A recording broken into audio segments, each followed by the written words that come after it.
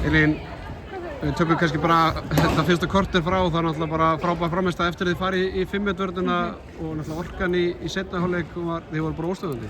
Já, einmitt. Það var svona eins og það hafi verið eitthvað smá stress í byrjun og við náðum að hrista það á okkur og spilum svo frábæra vörn og vorum að vinna bolta og ná að keyra í bakið á þeim nákvæmlega bara planið okkar fyrir leikinn, þannig að það var geggjað og virkaði vel og bara, já, bara virkilega vel spilað. Voruð þið búin að undirbúa ykkur að fara í 5-1-vörðina eða kom ykkur óvart að allir hafi hent ykkur í 5-1-vörðina? Við erum einhvern veginn alltaf klárar með 5 fyrir alla leiki, þannig að og við vorum samt alveg, hann var alveg búinn að tala það hérna rétt fyrir leik, þannig að við vorum alveg klárar í það og einmitt virkaði vel á móti þeim. Það leikur á móti Færum, erfið úrslit og þú kannski náður þér ekki alveg á strik. Fannst þér svona sá leikur eitthvað sitja í ykkur svona í aðdáðanda þessa leiks?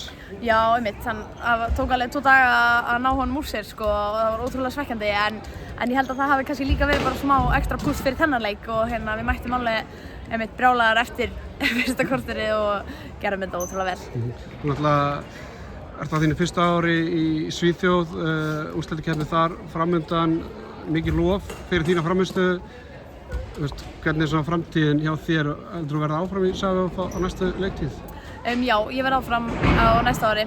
Ég er ennþá á samning, þannig að það er allan planið og ég er bara rosalega spennt fyrir komandi tímum núna. Ég erum í 8 úrslitum í úrslitakeppninni og búin að spila 2 leiki.